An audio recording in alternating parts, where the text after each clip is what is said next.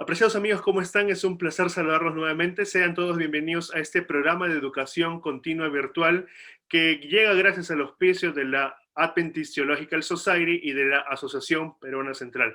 Recuerden también que nos pueden seguir en nuestras redes sociales como Biblia, Teología y Misión, tanto en Facebook como en YouTube, para que no se pierdan ninguna de las presentaciones que vamos a tener durante el resto del año. Recuerden también que nos vamos a estar reuniendo 2 veces por semana, los días martes y jueves a las 7 de la noche, hora de Perú. Bien, continuando con nuestro programa, el día de hoy, martes, es el segundo tema. Recordarán que el primer tema fue dado por el doctor Alberto Ting, que nos habló sobre la naturaleza profética del adventismo. Esto fue el jueves. Y el día de hoy, una vez más, está con nosotros el doctor Alberto Ting, pero ahora para hablarnos sobre una doctrina distintiva del adventismo. Me refiero a la doctrina del santuario. De hecho, el doctor Alberto Ting no es la primera vez que diserta este tema para nosotros. El año pasado nosotros organizamos un simposio sobre el santuario donde estudiamos esta doctrina desde diferentes perspectivas, exegética, teológica, sistemática e histórica, y le hemos pedido una vez más al doctor Alberto Ting que nos diserte este tema, ya que creemos que es importante y fundamental para cada uno de nosotros. Así que antes de darle el pase al doctor Ting, porque no le quiero quitar más tiempo, voy a pedirle al pastor Heber Bendezú, que es el presidente de la Asociación Peruana Central, que nos guíe en oración ya para empezar. Pastor, adelante, por favor. Puede orar. Vamos a hacer una oración para pedir la bendición de Dios y el pastor Alberto pueda comenzar su ponencia. Querido Padre, gracias Señor por esta oportunidad tan bonita que nos das para capacitarnos, para entrenarnos, para seguir aprendiendo más sobre este tema tan lindo que es el santuario. Una bendición especial, Señor, por el pastor Alberto Ting, que tú puedas, Señor, acompañarlo en la disertación de este tema y que tú permitas que cada asistente, que cada persona que va a escuchar este mensaje, Señor, sea ricamente bendecido. Acompáñanos en el nombre de Jesús. Amén. Amén. Adelante, pastor. Mira, eu tenho muita conexão com o Peru. Alguns podem dudar disto, mas algumas das roupas que todavia tenho são de gamarra. Não sei se alguns conhecem ali. E também me gusta muito. Eu traje a última vez que vino também umas bolsitas de papa lavancalina em polvo e minha senhora lo hace alguma vez aqui. E a mim me gusta, entre as cocinas que mais me gusta, em primeiro lugar de minha senhora, segundo lugar eu tenho lá de italiana e em terceiro lugar la peruana. Então, a mim me encanta, entre as melhores está la peruana, el ceviche vegetariano, la papa lavancaína e tanta coisa buena. Como seria bueno desfrutar essas bendições que ustedes têm. Pero que Deus nos bendiga muito e que tenhamos bom momento juntos de estudio de repasso de nossa história e também da palavra de Deus. E eu vou compartilhar com vocês aqui a apresentação. Então, só segundito e espero que quede clarito aqui para que todos lo podem acompanhar em la pantalla. O título é La Doctrina del Santuario, ou La Doctrina Adventista del Santuario, La Doctrina Bíblica del Santuario, e resumo histórico de sua compreensão a largo de nossa história como adventistas del sétimo dia, el pueblo del santuário. Tu poderias, quizás, perguntar por que o santuário é importante. Mira, há muitas razões, mas eu estou simplesmente falando de 3 delas. Se fores a mirar a estes textos, e por questão de tempo não lo vamos fazer, pero em primeiro lugar, segundo Éxodo 25:8, el santuário é a morada de Deus. Porque o texto diz, hágame santuário para que eu pueda morar com ustedes. Agora, a pergunta é, pode haver algo mais importante do que o lugar onde Deus habita? Ou seja, a habitação de Deus? Não creio. Porque Deus é o Criador que sostiene todas las cosas, también el universo. Ahora, además de ser la morada de Dios, el santuario también es el guardián de la ley de Dios. En realidad, el original de la ley de Dios está en el cielo. Y lo que ocurrió en la tierra es una transcripción, una adaptación a nuestra realidad. Y en tercer lugar, el santuario es el centro del plan de salvación. Así fue en el período de los patriarcas, ¿se acuerdan? En aquel entonces no existía el tabernáculo, el santuario, era el altar.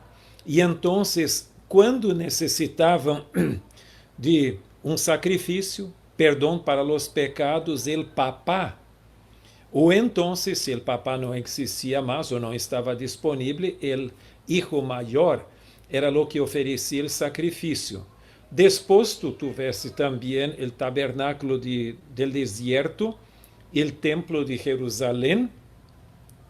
Y entonces, en el Nuevo Testamento, en Hebreos capítulo 4, versos 14 a 16, habla de que si tú tienes crisis existencial, tú tienes que orar a Jesús, a Dios, en nombre de Jesús, al trono de gracia, onde Jesús ministra por nuestra salvación.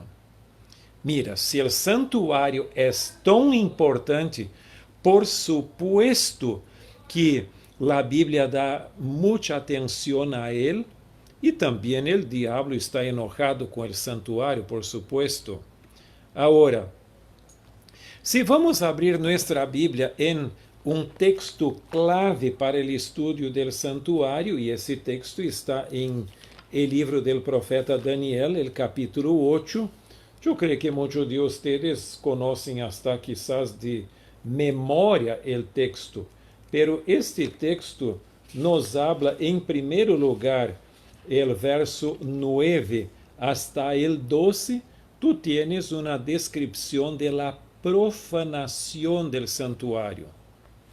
Y el texto habla de un poder que es llamado del cuernio, el cuernio que empezó pequeño y que creció mucho, quedó como un cornazo.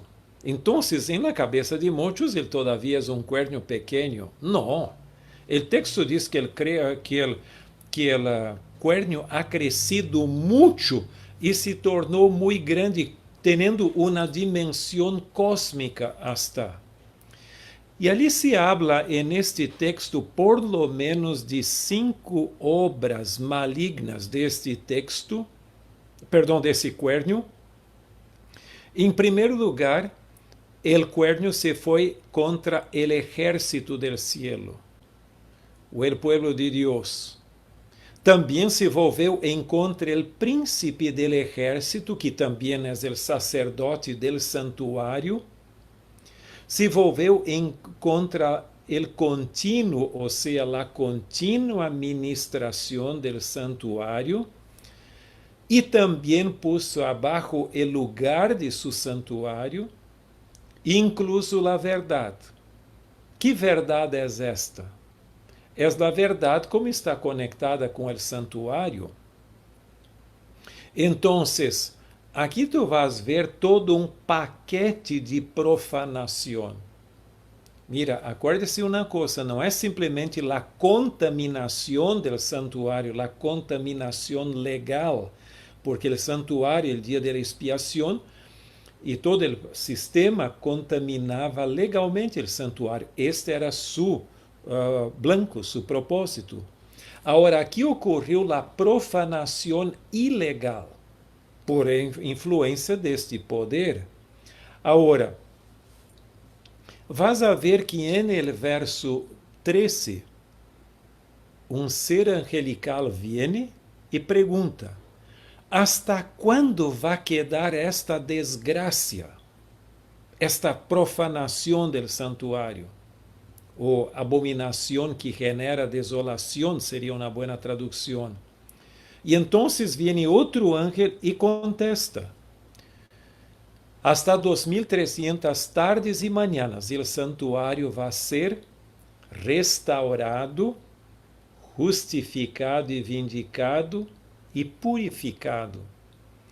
Em outras palavras, o significado do término original para purificação não é só purificação, tem um sentido mais amplo, ou seja, é toda a reversão desta obra, deste cuerno, que pôs abaixo todo o sistema do santuário. Não que o santuário celestial não mais existe, não, por supuesto não, pero lo quitou de la mente de las personas. Por lo tanto, cristianos não mais creiam el santuário, e esse poder pôs um santuário em lugar dele, um santuário alternativo. E aqui tu tienes uma ilustração deste processo e vas a ver que ao largo da história humana, aqui no lado esquerdo da pantalla, tu vas ver um V, que é uma V que representa o sistema verdadeiro do santuário, e la F em rojo, tu tienes la falsificação de este santuário. Mira, a história bíblica do santuário é muito interessante. Não temos tempo para ingressar em todos os detalhes, pero me gostaria só chamar tu atenção para uma realidade. Como é que empieza a história do santuário, ou seja, de los altares del período patriarcal? Com dois hermanos. Caim oferecendo um sacrifício verdadeiro, e então tu tienes su hermano com a falsificação vegetariana. Depois, mientras Moisés estava en el monte recebendo a lei e as instruções de como construir o tabernáculo, al pé del monte estava su hermano já com a falsificação lista. E assim empieza a história del tabernáculo. E que me dizes del templo de Jerusalém? Mira, se vas a 1 Reis, capítulo 8, tu vas ver a hermosa oração de Salomão de dedicação del templo. E ele diz, mira, nem el cielo te puede contener, quanto mais esta casita, el templo que eu construí. Pero, quando o oprimido, o pobre, venga aqui com sua súplica, com seu pedido que puedes atender a eles, tu vas del capítulo 8 para o capítulo 11 e vas ver o mesmo Salomão construindo quantidade de templos para suas mulheres paganas. Aqui não é mais um hermano como Abel ou Caim ou Moisés, pero é o mesmo Salomão. Pero el diablo não estava solo enojado com a sombra del santuário, ou seja, todo o sistema do Antigo Testamento, com a realidade também. E é isto exactamente que habla o livro de Daniel, o capítulo 8, versos 9 a 12. E não há como fazer isto cumprir-se melhor do que com o sistema papal. Mira, a Bíblia habla del sábado. O sistema católico diz não, é domingo. A Bíblia habla que a pessoa, quando morre, queda em estado de inconsciência na sepultura. Não, vai ao cielo, ao purgatório, ao inferno. Jesus, a Bíblia diz também que Jesus é nosso único mediador. Não. Há a Virgem Maria, Pedro e quantidade de outros santos em mediação allá. A Bíblia habla também de que há um santuário no cielo e que ali nós temos que orar onde Jesus está. Não, tu te podes confessar para o cura. E assim tu vas ver que tudo isto que tinha uma dimensão vertical, ou seja, com o cielo, quedou em uma dimensão humana temporal. Então, esta é uma falsificação. Agora tu poderias me perguntar, pero como é isto? Isto é uma invenção de los adventistas del sétimo dia. No, senhor. Incluso Lutero tinha uma compreensão muito semelhante. E sabes que muito disso que está planteado nesta ilustração, quem me chamou a atenção a isto foi Lutero, lendo e investigando seus estudos. Eu escrevi uma vez uma monografia sobre o sacerdócio de Cristo segundo Lutero. E ele falava não só disto, mas também da falsificação. E mira, se tu tens dúvida, deixa-me só compartilhar contigo uma cita de Lutero. Mira o que ele diz. En el santo, glorioso, feliz y misericordioso sacerdócio de Cristo, el cerdo del diablo, el papa, ha metido su hocico, não só contaminándolo, sendo destruindo-lo e eliminando-lo completamente, instalando outro sacerdócio, uno próprio, mesclando todos os sacerdócios paganos como estofado de abominações. Tu não hablarias linguagem tão forte? Pero Lutero tinha esta compreensão muito clarita da obra deste sistema.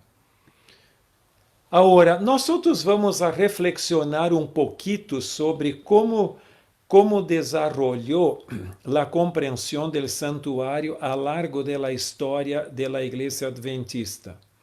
E eu tenho 4 períodos aqui. Em primeiro é o período que eu chamo sistemático integrativo ou sistemático e integrativo, del ano 1844 a 1886, quando começam as discussões sobre justificação por la fé, que tu sabes, de Minneapolis, 1888. Depois também o período tipológico cristocêntrico, daquele ano até 1955, com as discussões evangélicas. Depois, evangélico reducionista, de 1955 a 1980, e então exegético restauracionista, de 1980 hasta hoje. Vamos para o primeiro período. Nós, como em nossa história adventista, tivemos 3 errores que quedaram como bendições. Um deles é o Gran Chasco, de 1844. Historiadores antigos miravam o Gran Chasco de 1844, ao término das 2.300 tardes e manhãs, como uma vergonha, erro. Pero mira uma coisa, isto foi a maior bendição que nós tivemos. Por quê? Porque chascos generam uma ruptura com a tradição e novo início. E foi exatamente o que ocorreu. Eles criam que Jesus vendria em 1844, ele não vino, e então começaram a estudar a Bíblia para encontrar uma resposta para o chasco. ¿Qué passou? Nós usamos os melhores cronologistas. Guillermo Miller usou, por exemplo, Ferguson, Yale. ¿Qué passa? Porque os cálculos estão corretos. E ao buscar uma resposta para o chasco, eles estudaram a Bíblia e encontraram não só resposta para o chasco, pero para a quantidade de perguntas que eles não haviam hecho. E com isto generou todo sistema, todo processo de restauração da verdade. O erro de la puerta cerrada, ou seja, de la no misión, que não teriam mais que predicar o evangelho, deu a los pioneiros tempo para estudar e desarrollar o sistema de verdade. Por lo tanto, o Gran Chasco generou a motivação e a teoria da porta cerrada, dio el tiempo.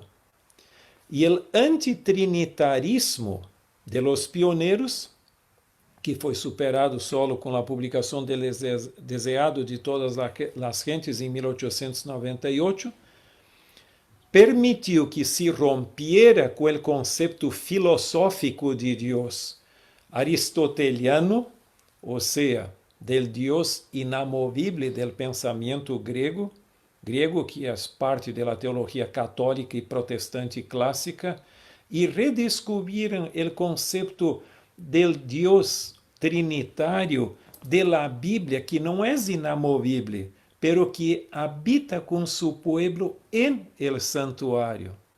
Isso é formidável.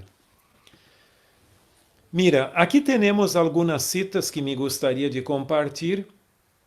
En el Testemunhos para la Iglesia, tomo 1, página 79, Helena de White diz: Deus utilizou su Santo Espírito para hacer brilhar la luz sobre sus siervos. Su investigação requeriu muito estudo e gran cuidado para desentranhar eslabón tras eslabón, ou seja, de la cadena de la verdade. Gracias a la preocupación, la ansiedad y el trabajo incesante, ha avançado la obra hasta que las grandes verdades de nuestro mensaje han llegado a constituir un todo claro, eslabonado y perfecto que se ha predicado al mundo. Aqui tu tens uma descrição exata do que ocorreu com os pioneiros. Agora, eles tinham uma compreensão muito clara. Por exemplo, Uriah Smith escreveu em 1858: El santuário é o gran núcleo ao redor del cual se agrupa las constelações gloriosas de la verdade. Não sei se meu amigo e minha amiga, se alguma vez tu escutaste, pero se diz o seguinte, que tu não conheces um contenido bem hasta que mientras não lo puedes ilustrar. E o que a mim me gusta são as ilustrações que os pioneiros puseram. Aqui é como se fosse uma estrela com os satélites a la vuelta, que seriam as doutrinas, e o núcleo seria o santuário. Mira o que ele dijo depois.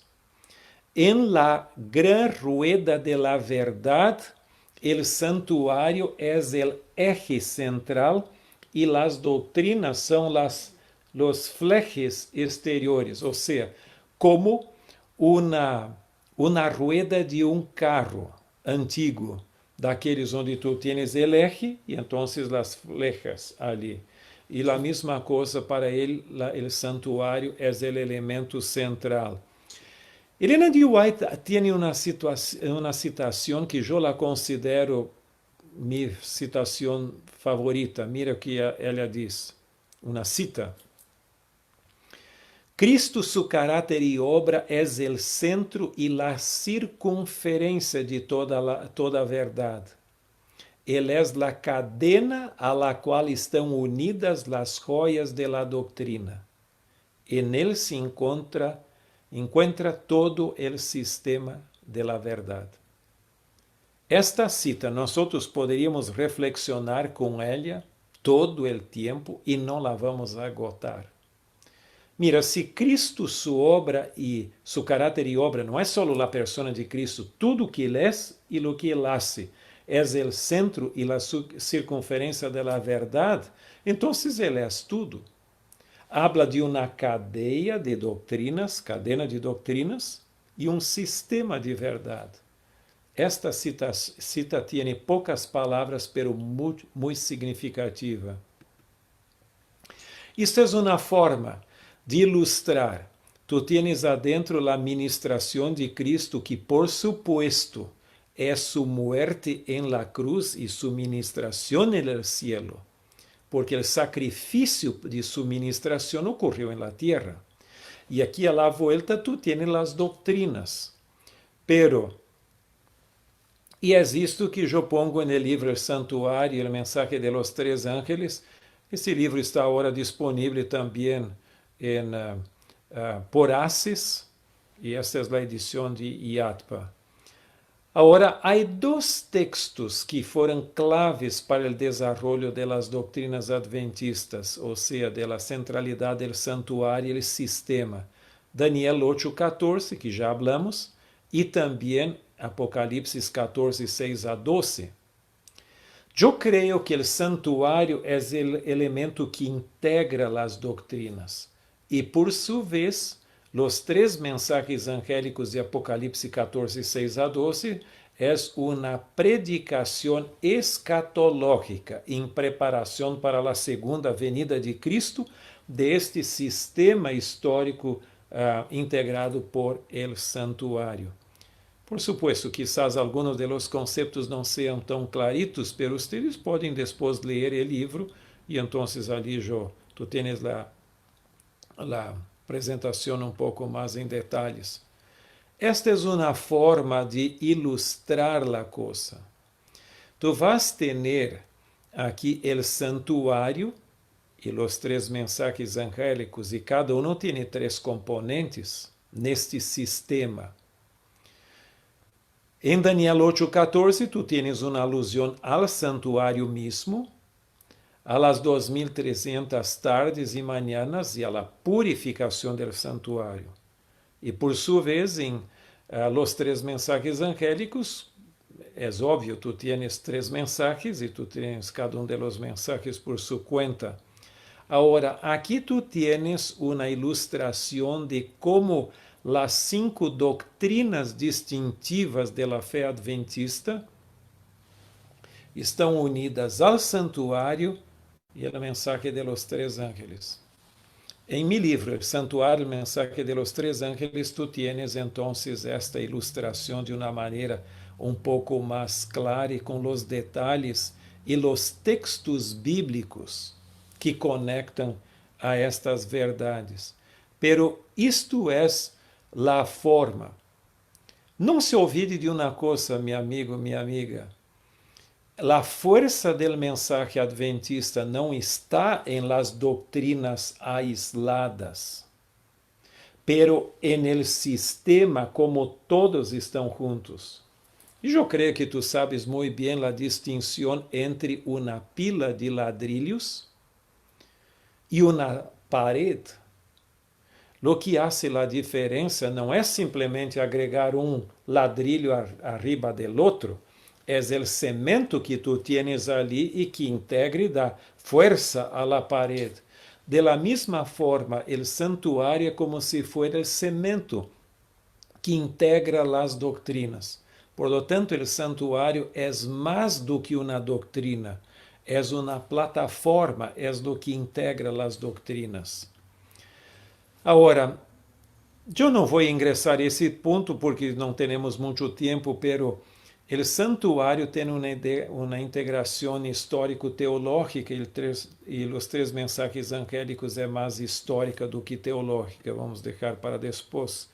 Agora, depois, com as discussões sobre a justificação por la fé, especialmente nesta Assembleia de 1888 em Minneapolis, aqui nos Estados Unidos, houve uma necessidade. Mira, nós estamos falando tanto de nossas verdades, pero necessitamos uma experiência genuína com Jesus, com o Senhor Jesus. E então, isto foi um período interessante. Hasta George Knight habla que em Apocalipse 14, 12, tu tienes esta declaração, aqui está a paciência de los santos, los que guardam los mandamientos de Deus e la fé de Jesus.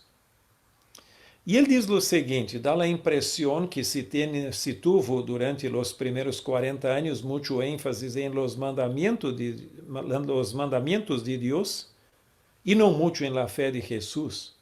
E depois, em 1886-88, houve este intento de equilibrar os mandamentos de Deus com a fé em Jesus.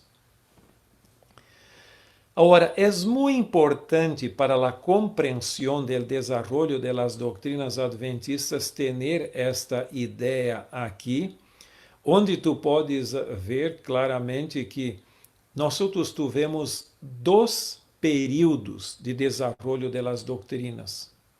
O primeiro é de 1844 em adelante, e falamos sobre ele, com ênfase em las doutrinas distintivas. Qual é nossa contribuição no mundo? E o ênfase estava em um conceito sistêmico de verdade, ou seja, um sistema doctrinal centrado no santuário. Pero dá a impressão que este equilíbrio, este intento de equilibrar, o pêndulo saiu de um extremo e foi ao outro. E então, a ênfase foi agregar as doutrinas evangélicas, e então o ênfase foi mais em Cristo como o centro da verdade e com ênfase em doutrinas aisladas. Agora te pergunto, com isto que tu estás vendo em la pantalla, qual é o centro de nosso mensaje? ¿É o santuário ou é Cristo?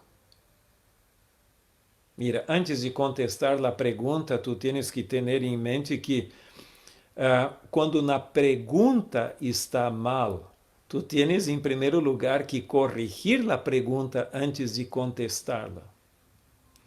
Eu creio que o centro do mensaje adventista não é o santuário sem Cristo, como se fora vazio.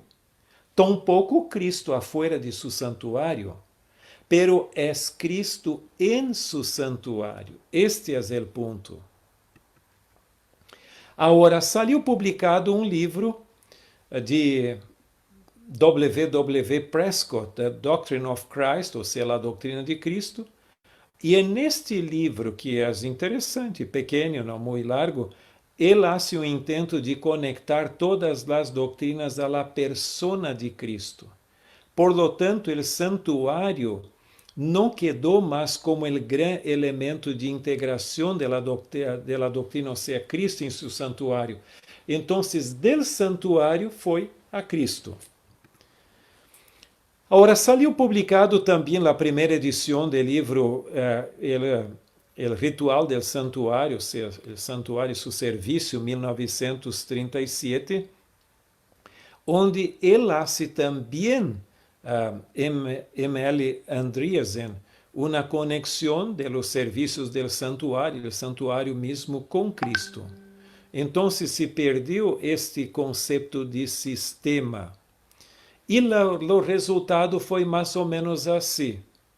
O santuário existe, por supuesto, como se fosse uma doutrina, entre outras.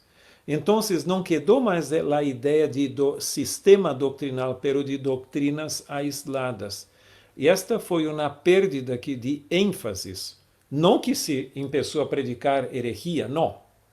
Pero uma perda desse sentido de sistema.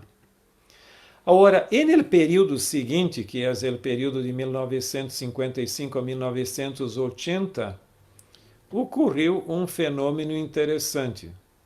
Em 1955, começaram as discussões de los diálogos evangélicos adventistas, onde alguns vieram aqui para a Associação General e perguntaram, evangélicos, o que vocês creem?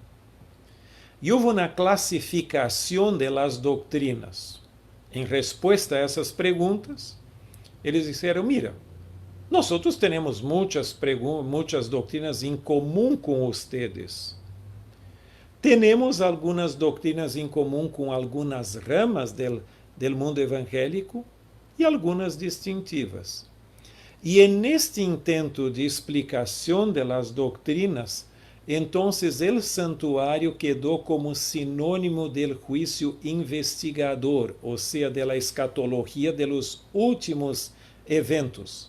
Então, o santuário não quedou mais como a grande plataforma de integração da doutrina, pero mais como juízo investigador.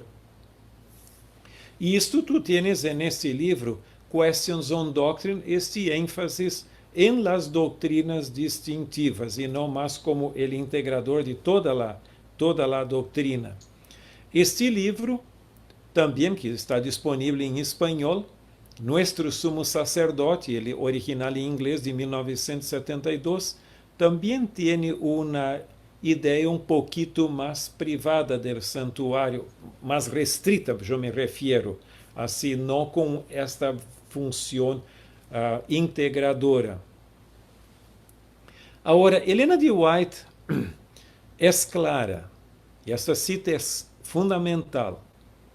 O hecho de que não haja controvérsia nem agitação entre o povo de Deus não deve considerar-se como evidência concluyente de que retienen firmemente a sana doutrina.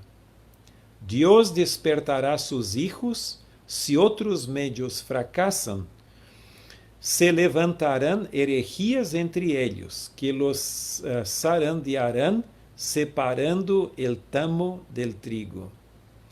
E é exatamente isto que ocorreu com o santuário. Veniram algumas pessoas, deles, Don Neufeld, que foi hasta dos editores do Comentário Bíblico Adventista, Raymond Cottrell, que também foi do Comentário Bíblico Adventista, dos americanos, e também o australiano Desmond Ford. E estes tipos começaram a criticar a doutrina do santuário e poner dúvidas sobre 1844. O primeiro deles, não sei se é real, pero uma pessoa uma vez me dijo que lo conheceu e disse que ele perguntava assim: tu conheces o livro de Daniel de memória em las línguas originais, em hebreu e também na secção em arameu? Não. Então não há diálogo entre nós outros. Pero estes tipos criticaram a posição adventista do santuário. E então, em 1980, começa um novo período que eu chamo de exegético restauracionista. Exegético no sentido de uma búsqueda de la basis bíblica do santuário e não simplesmente uma predicação, e restauracionista no sentido de trazer de volta a função clave do santuário como integrador das doutrinas. Nesse período saíram publicados alguns livros que criticaram muito a Igreja Adventista, The Shaking of the Sanctuary of Adventism, esse livro de 1977. É um livro de um autor anglicano australiano. Ele não é adventista, pero criticou a posição adventista. Um livro de Desmond Ford, que foi depois analisado em Glacier View, vamos falar um pouquinho sobre isto, e o livro de Robert Bringsmith, também esses outros dois, todos eles são australianos. Este último negando o juízo investigador. Agora, os conflitos com especialmente com Desmond Ford, chegaram a um ponto crucial em uma reunião que ocorreu em Glacier View Ranch, no estado de Colorado. É uma sede campestre da Igreja Adventista para jovens muito hermosa. E del 10 a 15 de agosto de 1980 ocorreu então um diálogo de mais de 100 teólogos adventistas e alguns administradores com Desmond Ford. Em resposta a ele,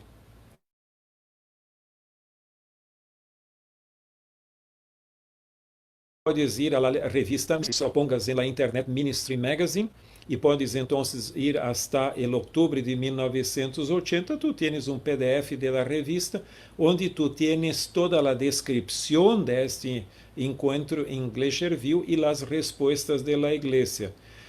Pero de este encontro com Desmond Ford e desta crise que ocorreu ali, saiu uma série muito buena sobre a doutrina bíblica del santuário, ou seja, a sede DARCOM, que é a abreviatura em inglês de Daniel and Revelation Committee. E estes 7 tomos são uma preciosidade. Se tiver tempo, eu poderia falar um pouquinho sobre eles, pero por lo menos que tu sepas que isto existe. Por lo tanto, depois deste período isto aqui é simplesmente uma amostra, amostragem de uma produção. Muitas teses de doutorado e livros e artículos saíram sobre o santuário, e que é uma grande. Eu escrevi minhas teses e doutorados como o santuário integra as doutrinas, e é o livro El Santuário e os mensajes de los 3 ángeles. Por lo tanto, repassando apenas nossa história, tivemos a estes 4 períodos.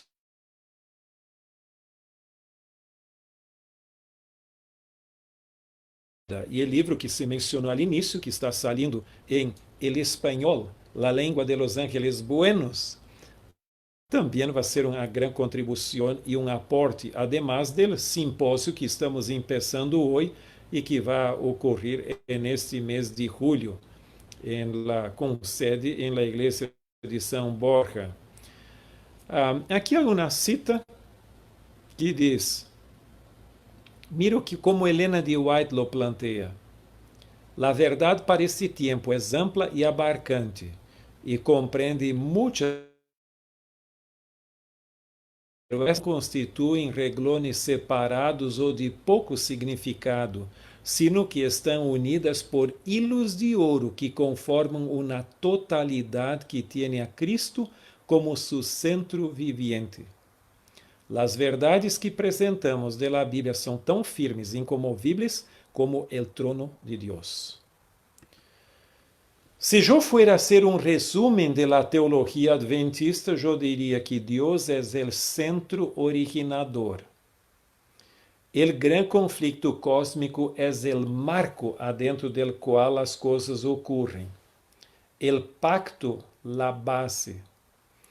O santuário, o motivo organizador que integra as doutrinas. Los 3 mensajes angélicos, la proclamação escatológica desse sistema integrado pelo santuário e, por supuesto, el remanente, el resultado missiológico, ou seja, de um grupo que crê e predica essa verdade. Por lo tanto, aqui tu tienes o elemento distintivo de nossa fé. E me gostaria de ler mais uma cita. Helena de White diz: são muitas as preciosas verdades que contém a palavra de Deus, pero es la verdade presente lo que el rebanho necessita. He visto el peligro que existe de que los mensajeros se desviem de los puntos importantes de la verdade presente para esparcir-se em temas que não tendem a unir el rebanho e santificar la alma.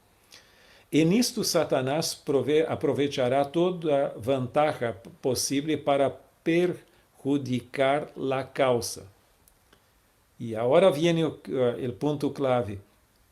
Pero los temas del santuário em relação com los 2300 dias, los mandamientos de Deus e a fé de Jesus são perfeitamente adequados para explicar o movimento adventista passado, qual é nossa posição actual, estabelecer a fé de los que dudam e dar certidumbre ao glorioso futuro. He visto com frequência que estes eram os temas principais em los quais devem esparcir-se los mensajeros. E então, para finalizar, Helena de White diz: tenemos as mais solemnes e estupendas verdades que jamás se hajam confiado a los mortales. Oh, por que não se levanta a igreja de Cristo e se viste de sua de sua hermosa túnica? Por que não resplandece? Que el Señor los bendiga a todos ustedes. Bien, gracias, doctor Tim, por su presentación. Una vez más hemos disfrutado del tema del día de hoy, de esta noche. Bien, antes de pasar a las preguntas, quisiera mencionar solamente dos cosas. En primer lugar, a los que se acaban de unir o los que se han unido hace poco, recuerden que nos pueden seguir por nuestras páginas de Facebook y nuestro canal de YouTube como Biblia, Teología y Misión. Allí ustedes van a poder encontrar las más de 50 presentaciones que vamos a ir desarrollando durante todo el año, los días martes y jueves a las 7 de la noche, hora de Perú. Lo segundo que quiero pedirles es un favor más que todo. Permítanme, por favor, cambiarme de ubicación rápidamente porque donde estoy ahorita van a empezar a hacer ruido, entonces de repente no se va a poder escuchar muy bien las preguntas o no vamos a poder interactuar adecuadamente. Así que permítanme un par de segundos nomás, por favor, y ya volvemos rápidamente. Joel, como tú eres mi amigo, vamos a hacer lo siguiente. Deme las más sencillas, las más difíciles puede poner para mis amigos que vienen después. ¿Qué te parece? Está bien, pastor, está bien. No hay ningún problema. No, tú eliges. Yo estoy Ok. aquí solo para obedecerte, Joel. Gracias, pastor. Bien, pastor, la primera pregunta, vamos a tratar de ir de lo general a lo particular. ¿Qué tan necesario es entender hoy en día la doctrina del santuario? Si no la entiendo, ¿me salvaré? Es una buena pregunta, pero déjame decirte una cosa. Por supuesto, en el cielo van a haber personas hasta que no escuchar el nombre de Jesús. Helena de White lo dice por lo menos en 5 diferentes lugares, onde ela comenta o texto de Romanos 2,14, que aqueles que não tiveram oportunidade de conhecer a lei escrita, a consciência los serve de lei e vão estar no cielo. E se tu tens dúvidas, podes mirar, por exemplo, no livro Profetas e Reis, o capítulo titulado Esperança para los Gentiles.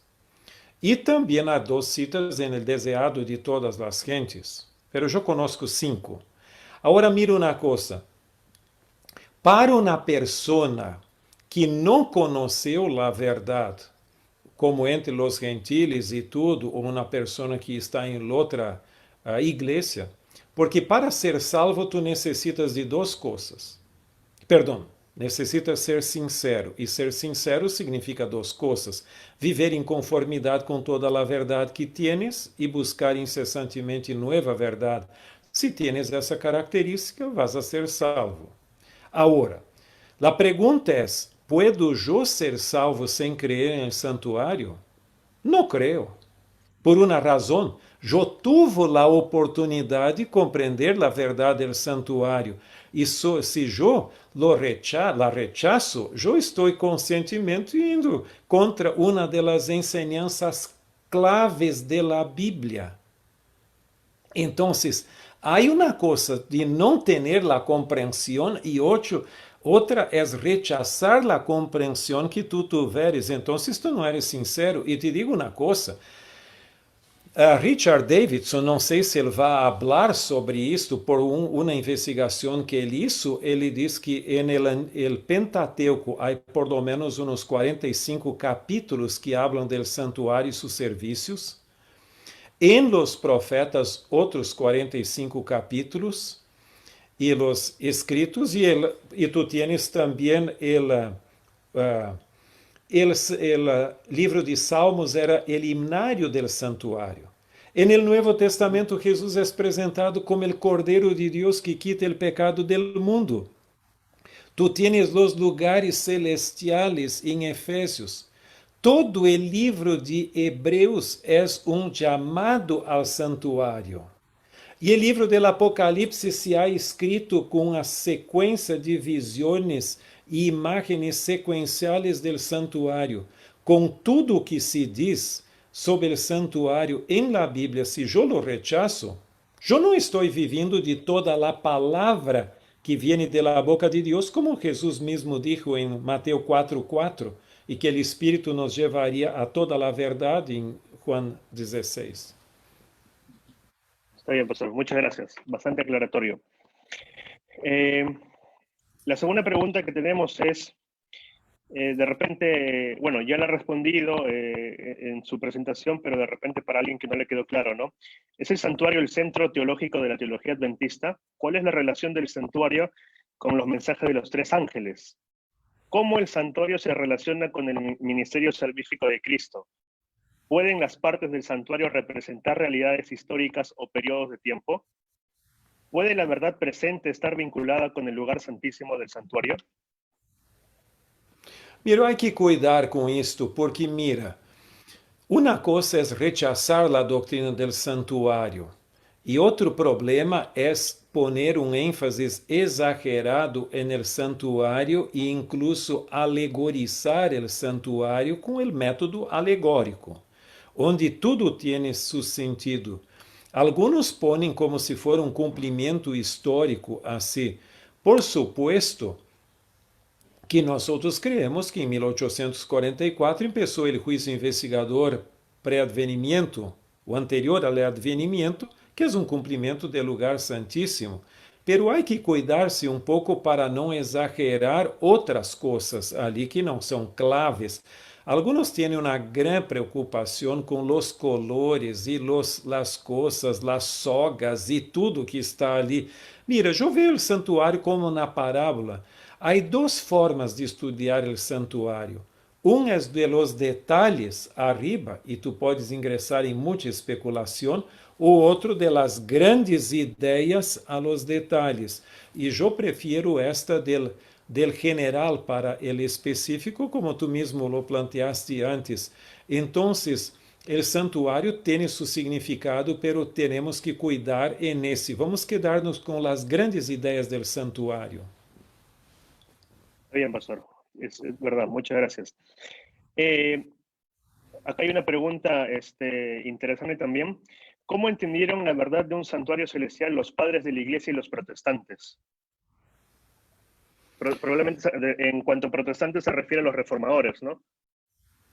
Mira, los padres de la iglesia hablavam de Jesús y que Jesús ascendió al cielo. Hasta los credos hablan que Jesús morreu, ressuscitou, ascendió al cielo, de onde vai venir para juzgar vivos e muertos. Então, o conceito de juízo hasta é parte de los credos del cristianismo, pero não tinham uma compreensão muito clara de santuário literal no cielo. ¿Por quê?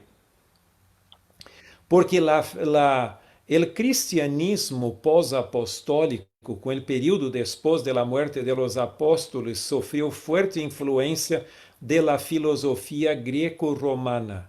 Ou seja, foi o período onde a filosofia grega, ou seja, o período do helenismo, cambiou muitos de los conceitos, e um deles é a ideia, a negação da literalidade do cielo.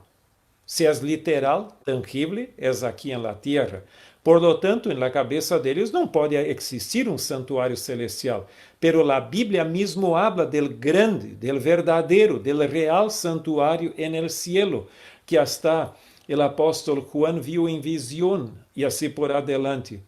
Los reformadores, eu creio que, se eu fuera a ser um aporte bem adventista, eu diria que los reformadores restauraram la centralidade del sacrifício de Cristo en la cruz, al ponto que la teologia de Martim Lutero é chamada de la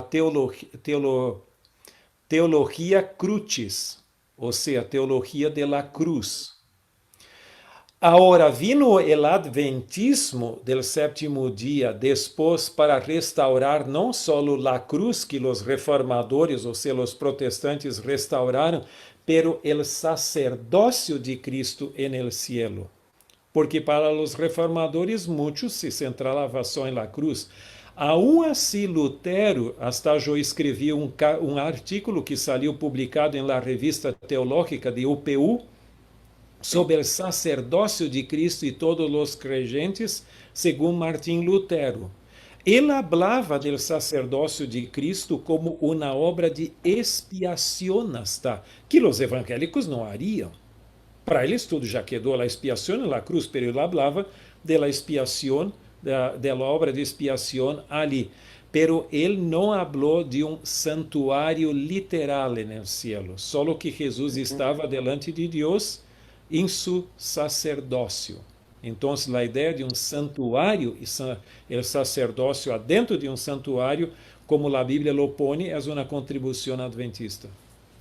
Claro, o sea, ellos enfatizan el papel de Cristo como sacerdote, pero no creen que haya un santuario en el cielo, ¿verdad? Exatamente. Isso é um ponto que não se pode negar se tu queres ser leal ao que a Bíblia diz no Novo Testamento. E hasta tu tienes a tesis de Elias Brasil de Souza, é o santuário celestial no Antigo Testamento. E aí, o outro que é Nunes, Leonardo Nunes, o santuário celestial no Novo Testamento. Sí, gracias por mencionarlos. De paso, decirles que el doctor Elías Brasil y el ya casi doctor Leonardo Núñez, porque ya está por defender su tesis doctoral, que habla sobre el santuario en el Nuevo Testamento, van a estar también con nosotros el primer sábado de agosto. Ok. Ahora vamos ya entrando un poco a preguntas específicas. ¿Qué importancia tiene para nosotros el saber que el juicio preadvenimiento inició en 1844? ¿Por qué es relevante establecer y conocer una fecha? Por uma razão, porque a Bíblia lo pone assim. Se não lo pusesse, eu não me quedaria preocupado com isto, porque ali en el Daniel capítulo 7 e 8, tu tienes, el capítulo 8, tu tienes alusión a las 2300 tardes e mañanas.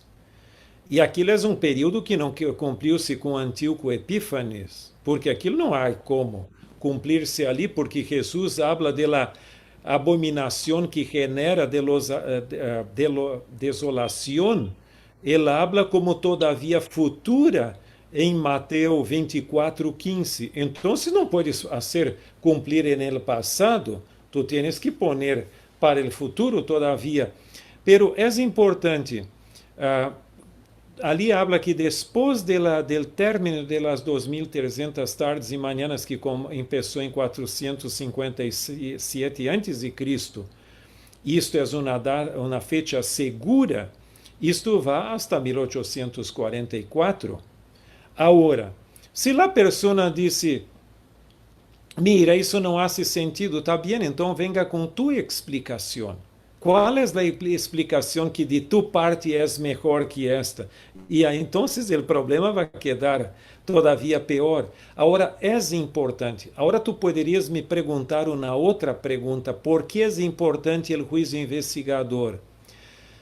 A doutrina bíblica do juízo investigador, e tem base bíblica, há quantidade de textos que hablam sobre isso, de um juízo investigador. Pero solo para ter uma ideia, em Daniel 8, a purificação do santuário ocorre o mesmo paralelismo em el capítulo 7, que é del juicio, a escena del juicio, que empieza ali.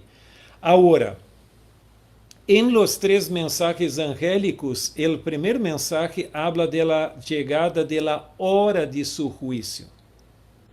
E como eu sei que aquilo não é o dia do juízo? Em primeiro lugar, a expressão é distinta. A hora de su juízo e não é o dia do juízo. E ali tu vas ver em Apocalipse 14:14 é a segunda venida de Cristo. E isto é proclamado por el primeiro ángel.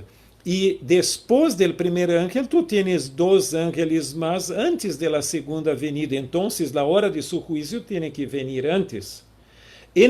La parábola de Mateus 22, tu tienes el rei haciendo um examen, uma investigação de los invitados a la boda. Isto ocorre em uma situação que pode haver reversão, porque o tipo é sacado depois afuera. Agora, há muitas coisas, a expressão medir o santuário. Agora, déjame solo aclarar um ponto que é claro. A base de sustentação da ideia do conceito do juízo investigador é o reconhecimento da mortalidade do ser humano. Mira, se a pessoa quando morre não vai ao cielo ou ao inferno, pero queda em la sepultura, o juízo tem que ocorrer antes de la segunda venida ou de la ressurreição por uma coisa. Ou tu vas estar entre los salvos e vas ressuscitar em la primeira ressurreição al início del milênio para la segunda venida, ou vas ressuscitar depois del milênio para la perdição eterna. Então, como as ressurreições já são recompensas, não há como cambiar a coisa, quem tem que ser juzgado antes da ressurreição. Exacto, es verdad. Probablemente esta pregunta nace... E, Joel, porque... déjame agregar um pontito, que a mim me gusta muito um artículo de Morris Venden, onde ele diz o seguinte: como tu te quedarias se chegando ao cielo Billy Graham, o grande evangelista do século XX, não estivera ali e Adolf Hitler fora seu vizinho de casa? Quizás tu te quedarias com a dúvida. Em primeiro lugar, estou em la ubicação correta? E como este tipo é meu vizinho? Não que ele está dizendo que Adolf Hitler vai estar allá e tampouco a perdição del outro, pero el cielo vai ser um lugar de surpresas. Então, para quitar todas as dúvidas, não só de los seres humanos, pero del universo, Deus tem uma acomodação ao juízo. Sí, es verdad, pastor. Le decía que de repente esta concepción de un juicio investigador nace a partir de una publicación de Marvin Moore en su libro El juicio investigador, donde él señala que de repente es más importante enfatizar lo que ocurrió y no poner una fecha. Y entonces ha despertado cierta curiosidad y cierta perplejidad en algunos adventistas, como de repente el hermano que hizo esta pregunta. Sim, pero se a Bíblia não contivera o texto de Daniel 8:14, eu não me preocupara. Agora, como contiene, e há um sincronismo profético, e como Jesus dijo em Mateus 4:4, que o verdadeiro Hijo de Deus vive de toda a palavra de Deus, e um dos princípios da reforma não é solo a escritura, ou seja, a exclusividade da escritura, pero la tota escritura. Eu não estou autorizado a desconhecer textos bíblicos e dizer, esse não é importante, esse me gusta, aquele não. Não, eu tenho que ter um compromisso com o texto bíblico. Sí, es cierto, pastor. Esa pregunta que está relacionada a la anterior, ¿se vería afectada la creencia de un juicio previo al entendimiento si a futuro algunos estudios teológicos serios revelaron un error en los cálculos de la profecía de los 2300 tardes y mañanas? ¿O se podría siempre mantener esta creencia fundamentada en la escritura sin necesidad de una fecha? Mira, dá a impressão que algumas pessoas têm dificuldade com fecha. Mira, se tu não crees em Helena de White, então já nem há mais discussão, já quedamos por aqui, porque os adventistas creem em la inspiração de Helena de White. E Helena de White confirma muito claramente no livro El conflicto de los siglos, lá 1844, como la fecha. Agora, nós outros não creemos em 1844 porque Helena de White lo pôs.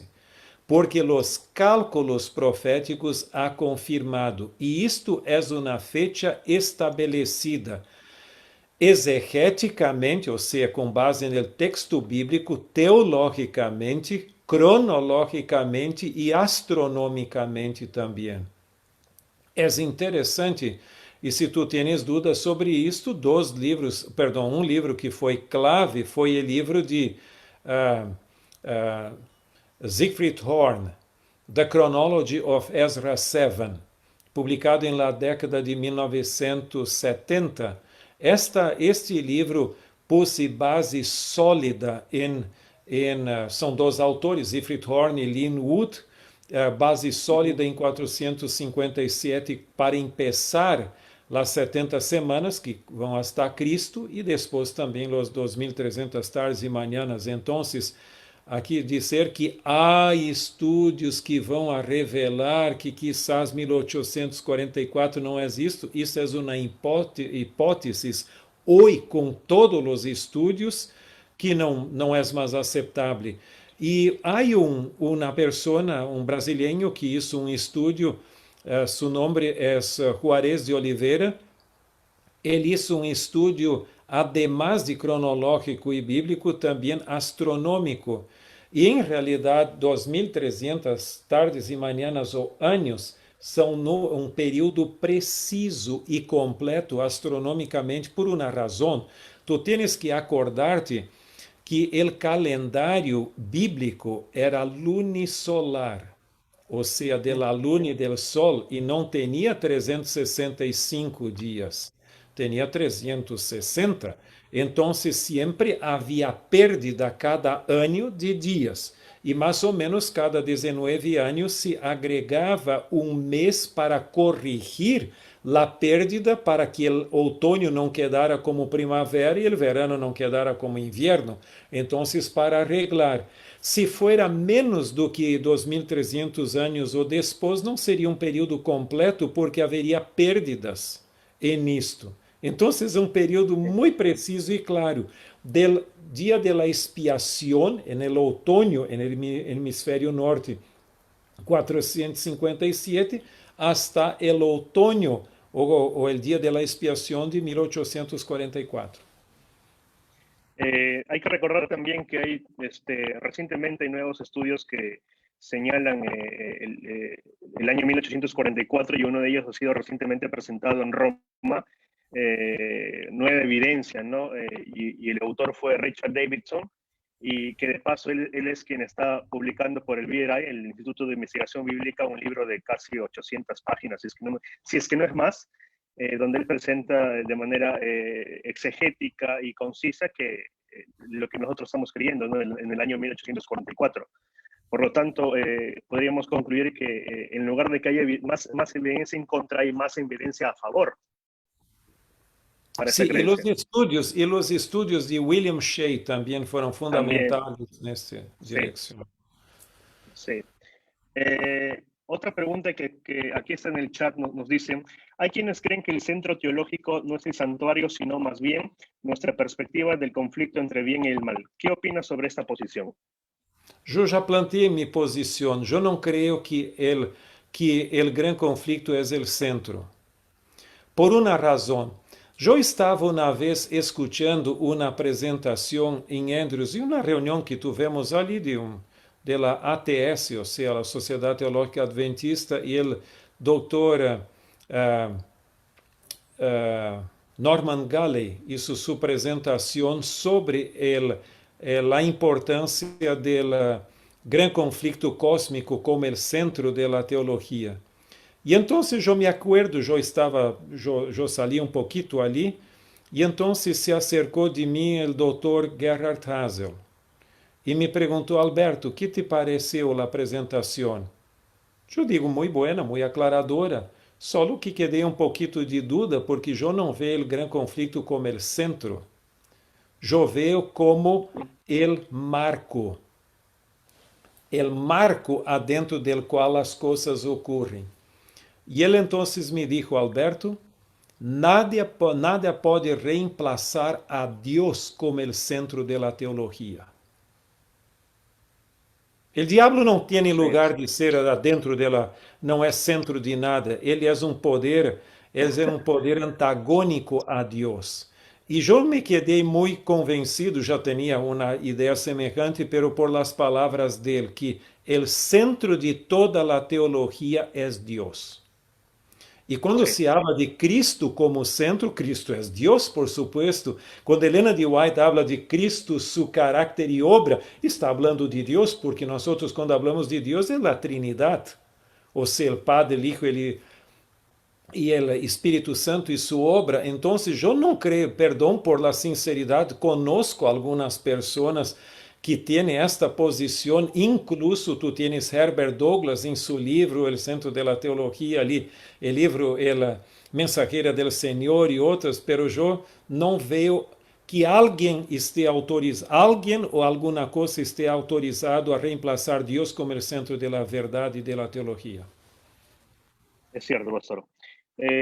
Otra pregunta que nos hacen aquí es, si Cristo es el centro del santuario, a la luz del juicio investigador, ¿basta con la obra de Cristo y sus méritos para tener seguridad en el juicio? ¿Puedo vivir seguro, confiado en los méritos de Cristo? Por supuesto que puedes. Mira, el problema no es con Cristo, el problema es contigo y conmigo. Entonces, a la parte en el pacto, tú sabes que la salvación, no sé si ustedes se acuerdan, yo puse ali que el pacto es la base del proceso de salvación. Y en pacto, el pacto siempre tiene dos partes. Y yo creo que la respuesta para eso, mejor do que la mía, sería del apóstol Pablo mismo. Porque si tú tienes tu Biblia, quien está con nosotros, no dé una miradita ali en el capítulo 2 Coríntios, capítulo 5. 2 Coríntios, capítulo 5. E aqui nos diz el verso 17 en adelante. De modo que si alguno está en Cristo, nueva criatura es, las cosas viejas pasaron, e aquí todas são hechas nuevas. E então agrega, aí tu tienes los dos lados. E tudo isto proviene de Deus, quien nos reconciliou consigo mismo por Cristo, e nos dio el ministerio de la reconciliación, que Deus estava em Cristo reconciliando consigo al mundo, não tomando-les em conta a los hombres sus pecados, e nos encargou a nosotros la palabra de la reconciliación. Assim que somos embajadores em nome de Cristo, como se Deus rogasse por meio de nosotros. Os rogamos em nome de Cristo, reconciliaos com Deus. Entonces, la reconciliación tiene un doble aspecto. La dimensión divina fue hecha, y entonces viene ali que Deus estava em Cristo reconciliando consigo os adventistas del sétimo dia. É isso que o texto diz? Sim. Sí, pero no solo, los adventistas son parte del mundo, reconciliando consigo al mundo. La pregunta es, ¿por qué si Jesús reconcilió consigo al mundo, por qué no todos van a ser salvos? Porque hay la parte humana, no es predestinación. Dios reconcilió consigo, disponibilizó el plan de salvación y reconciliación a todos. Ahora viene el apelo. Si Dios hizo por todos, incluso por ti y por mí, ahora tú tienes que te reconciliar. Entonces, por supuesto que yo puedo confiar plenamente en Jesús porque Él jamás falla. Ahora, quien puede fallar en ese proceso soy yo y tú. Entonces, en este sentido, no queda dudas. A mí me gusta mucho la cita de Lutero. Quando miro para mim mesmo, não vejo como puedo ser salvo. Quando miro a Jesús, não vejo como perder-me. Es cierto, esa es una extraordinaria cita, pastor. 3 preguntas más, aprovechando, pues, pastor, que es, como usted mismo lo dijo al inicio, no es muy fácil acceder a usted, ¿no? Porque sé que anda muy ocupado, así que vamos a aprovechar esta oportunidad, ¿no? Si conozco a alguien que no cree en la doctrina del juicio investigador porque la considera legalista y poco práctico, ¿qué se le diría? ¿Cómo podemos enseñar la doctrina del santuario celestial manteniendo una perspectiva sana de la justificación por la fe y la seguridad de la salvación? Mira, da la impresión que la persona tiene una teología autobiográfica. Entonces, porque a mí no me gusta, yo no creo. Entonces, la persona viene con el zarandeo. Esa es la posición moderna hoy pós-moderna. O que me gusta de la Biblia es normativo. O que no me gusta es cultural solo para aquele entonces. Entonces, la misma cosa, como si tú fuera tú mismo médico. Tú vas a la farmácia e eliges por el gusto o que queres de la medicina e o que não te gusta te dejas al lado. Não é assim, religião não é isto. Helena de White diz claramente que solo a religião que viene de Deus lleva a Ele. Então, religião não é uma projeção humana. Eu me refiro a la verdadeira religião. não é uma projeção humana, pero é uma revelação divina.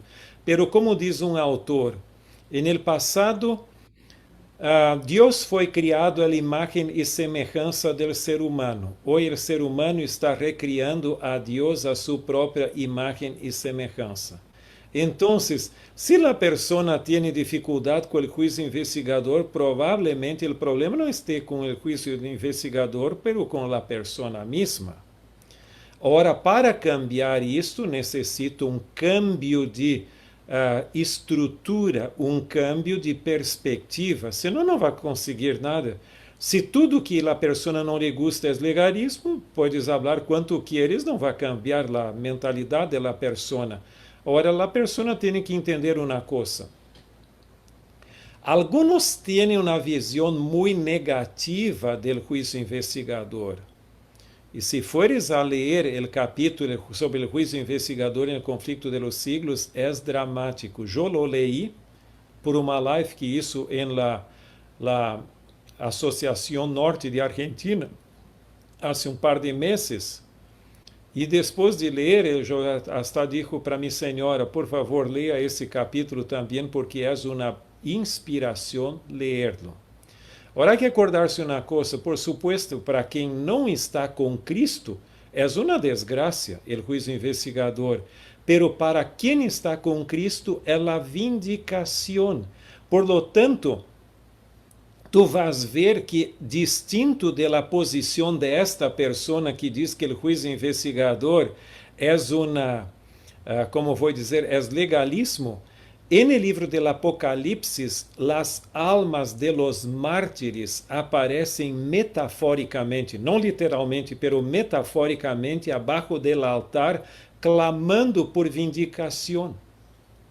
Então, para los que estão perdidos, o juízo investigador é uma desgraça, porque é sua sentença. Para aqueles que estão em Cristo, é sua vindicação e confirmação de seu status de estar salvo. Por isso, muitos, incluso Richard Davidson, habla de las buenas nuevas del juízo investigador.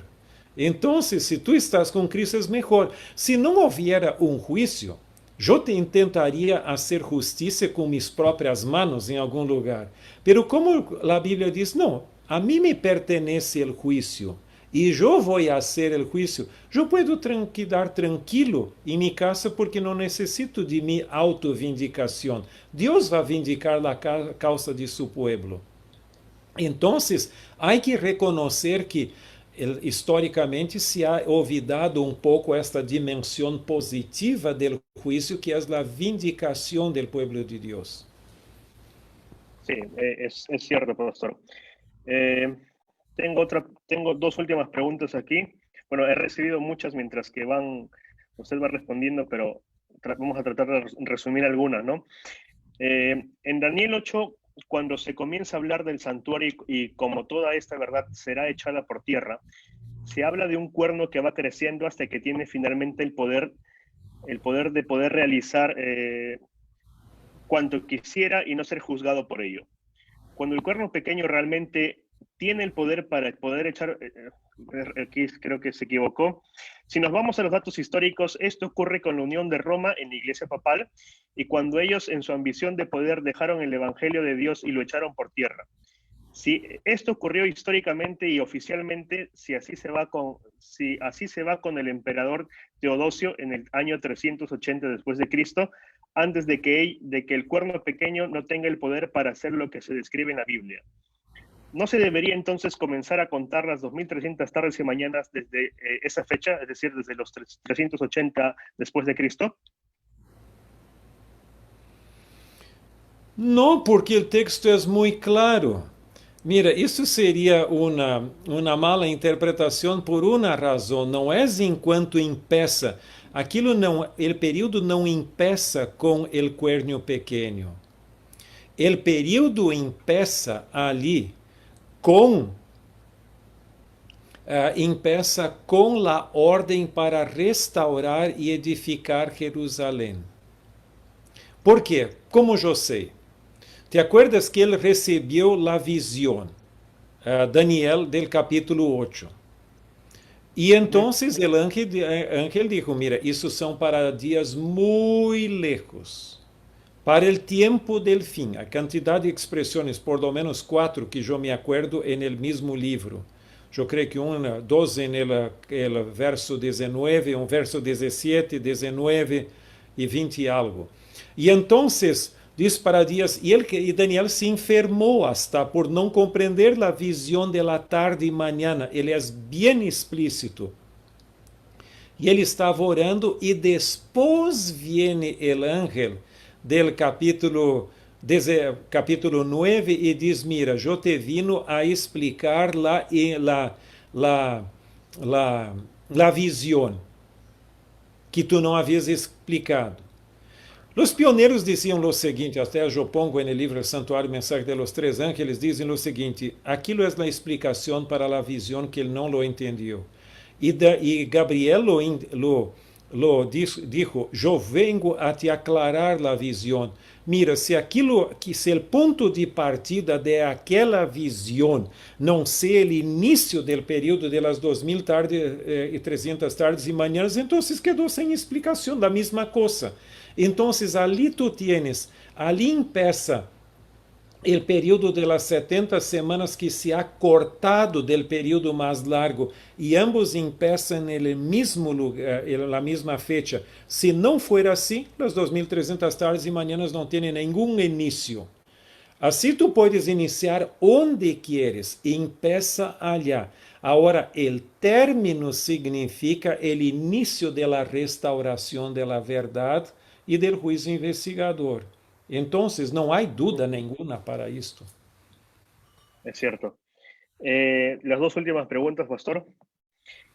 ¿Qué implicancias teológicas tendríamos si es que creemos en el santuario celestial, pero no en una literalidad física en el cielo? Es decir, un santuario delimitado en metros cuadrados específicos. Bueno, eu creio que nada de nós estamos falando em metros quadrados específicos em la dimensão, porque a Bíblia não lo pone. A Bíblia simplesmente diz que há um santuário no céu. Bueno, então eu vou fazer uma pergunta. Só vocês me fazem perguntas. Por que eu não posso fazer perguntas também por minha conta? Vai haver um santuário no céu? Después de la erradicación del pecado, ¿qué es lo que dice Apocalipsis capítulo 21, 22?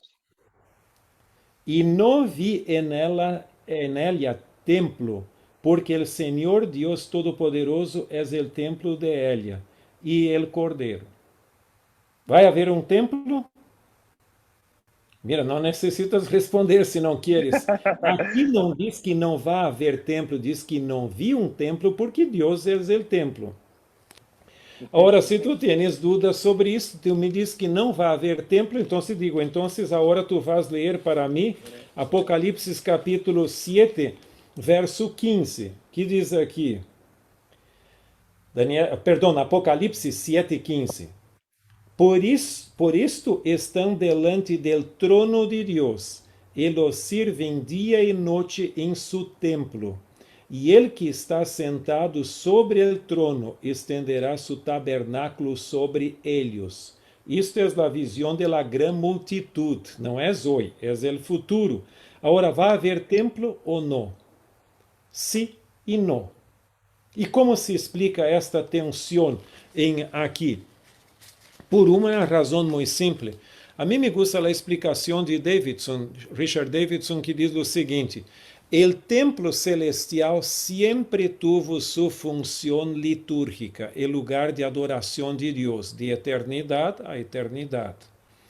Com o surgimento do pecado, además de sua função litúrgica de adoração a Deus, agregou uma função soteriológica, ou seja, de salvação.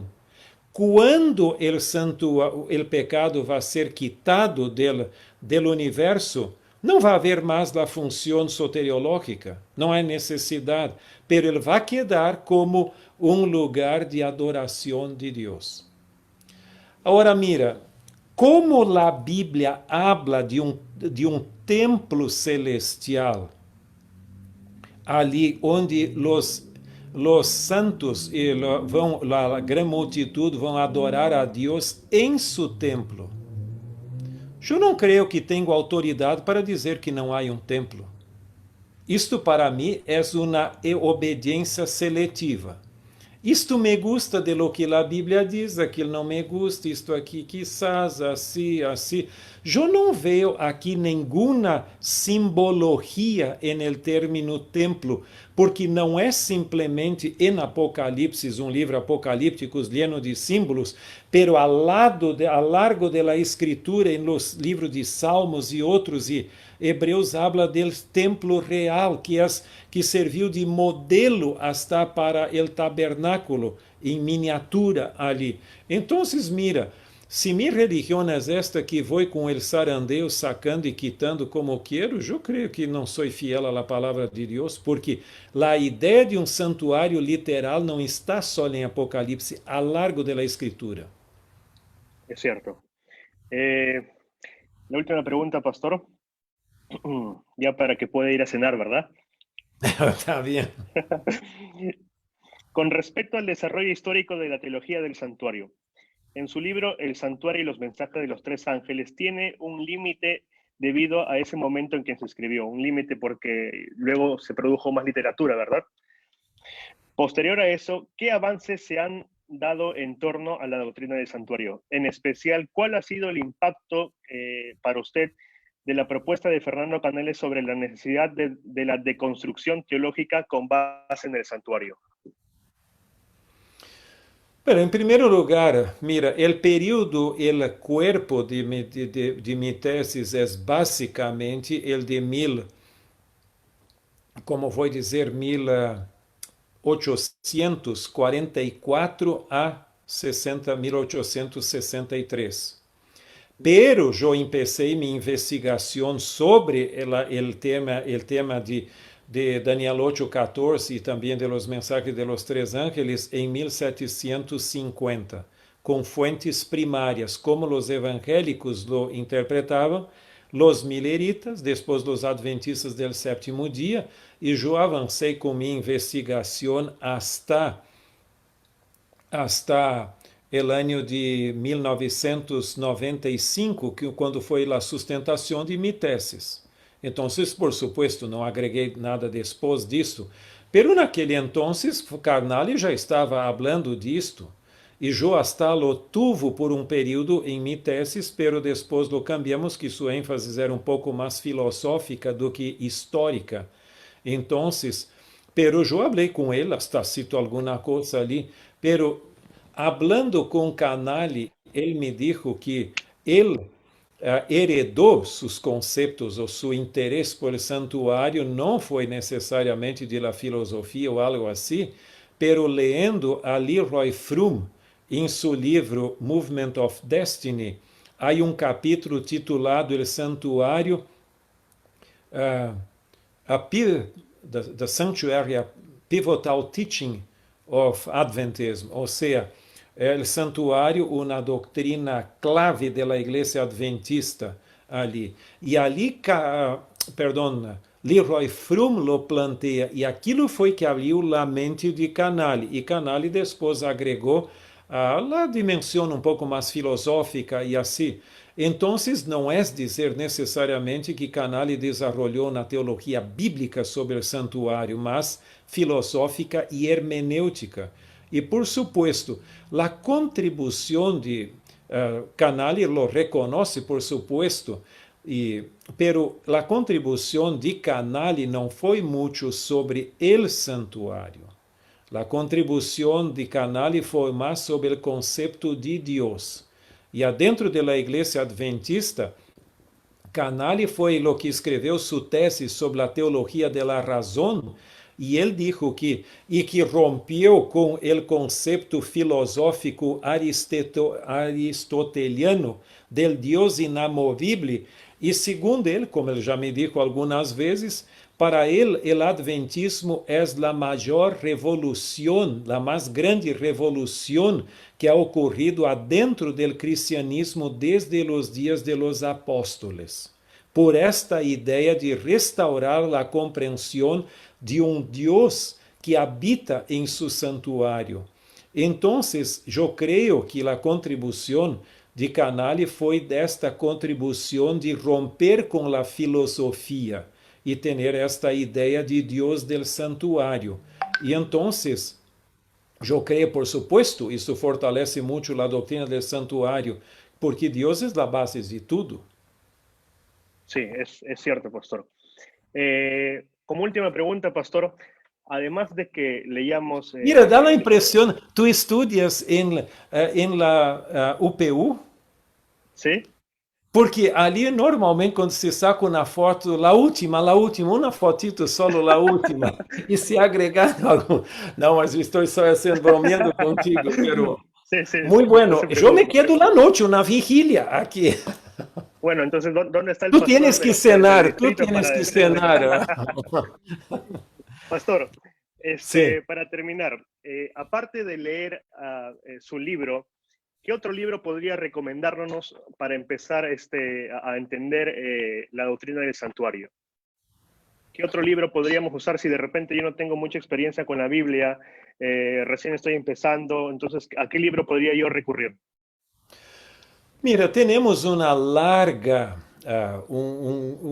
largo, como vou dizer, uma larga contribuição de teses. Um livro que é interessante.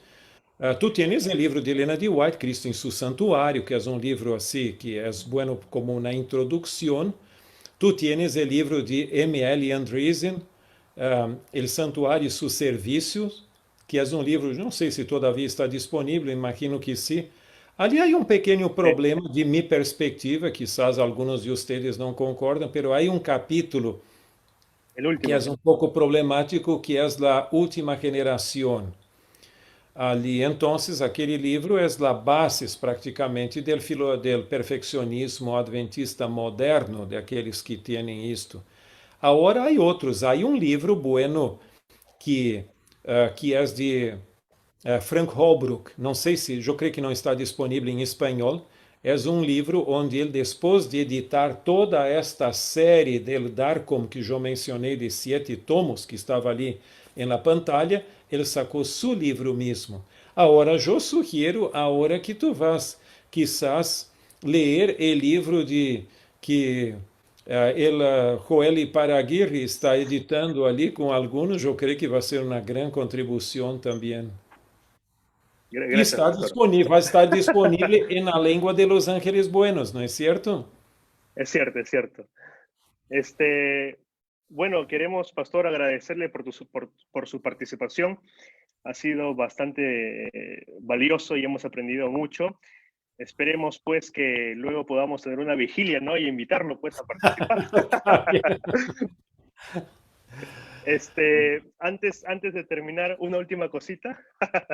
Sí, no hay problema. Como ya le dijo el pastor Tim, nosotros vamos a estar teniendo una serie de conferencias y el próximo sábado va a estar acompañándonos el pastor Roy Graff, mejor dicho, por los 2 sábados siguientes. Su tema de él es cambios de la articulación en la teología adventista, del santuario a la justificación por la fe. Él va a hablar un poco de la que ya habló el pastor Alberto Tim y va a ampliar otros detalles. Luego, el tercer sábado va a hablar sobre Desmond Ford, el santuario y la justificación por la fe. Luego, el último sábado, vamos a tener al doctor Fernando Canale, que nos va a hablar sobre el santuario y la teología adventista. Y finalmente, el último domingo y el lunes de este mes nos va a estar acompañando el doctor Richard Davidson para que nos hable sobre el santuario y sus desafíos contemporáneos y también sobre el santuario y sus servicios, ¿no? Una perspectiva general. También quiero anunciarles que, como ya se mencionó al inicio y que de repente algunos no pudieron estar presentes, que ustedes necesitan registrarse por cada ponencia para que luego puedan obtener su certificado. Las ponencias aquí presentadas, en la mayoría, vamos a recibir los PowerPoints y se los vamos a enviar después a su correo electrónico.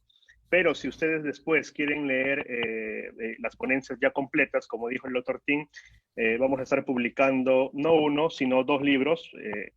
porque el tema del santuario es tan amplio que hemos decidido ampliarlo con el Adventist Theological Society, y esperamos que estos libros puedan estar pronto, y porque también el doctor Tim es uno de los contribuyentes principales, ¿no? Bueno, felicitações por el projeto. Eu creio que vai ser fundamental para que tenhamos buenos materiais em espanhol ou castelhano, porque a alguns não lhe gusta o término espanhol, preferem o castelhano, seja o que seja, por lo menos vai estar disponível para ustedes, e eu creio que seria uma bendição aprofundizar o conhecimento com esta grande contribuição que vem por adelante. Pastor, ya en lo terreno de lo personal, ¿no? ¿Qué le diría usted a las personas que vienen de repente con un espíritu, ¿no?, de colaboración y nos dicen, ustedes siempre hablan del santuario de lo mismo, los mismos temas, y repiten y no avanzan a nada nuevo? Mira, se viene de afuera es normal, porque mira una cosa, los cristianos en general, católicos e protestantes, não hablam del santuário, que é um tema predominante de la Bíblia. Agora, e quando lo hablan é para criticar los adventistas. ¿Sabe qual é a razão por que criticam? Porque se tu estudias el santuário, te vas a quedar como um adventista. A mim me gusta uma cita que eu pongo no livro El Santuário, o Mensaje de los Tres Ángeles, onde um dos pioneiros diz o seguinte: tenho a impressão que foi Loughborough, não estou seguro agora. Diz o seguinte: el santuário não seria nenhum problema se ele não tivesse dois compartimentos. Los dois tampouco seriam um problema se não houver el lugar santíssimo. O lugar santíssimo não seria nenhum problema para os evangélicos se não contivera a arca del pacto. A arca del pacto não seria nenhum problema para eles se adentro não estiveram as tablas de la lei, de los 10 mandamentos. Os 10 mandamentos tampouco seriam nenhum problema para eles se não contiver o mandamento del sábado. Agora, porque está ali el sábado, tu tienes que sacar e cortar el mar por la raíz. Não sei se conhece essa expressão, pero esse é o problema. Se tu vas estudar el santuário de uma perspectiva bíblica sólida, te vas a quedar um adventista. Então, há que deixar o santuário allá para que não te vas por el outro lado. Agora, se viene de adentro e mira, há pessoas que têm uma obsessão por novidade. Tudo tem que ser novo. Sim, porque isso é uma mentalidade hoje.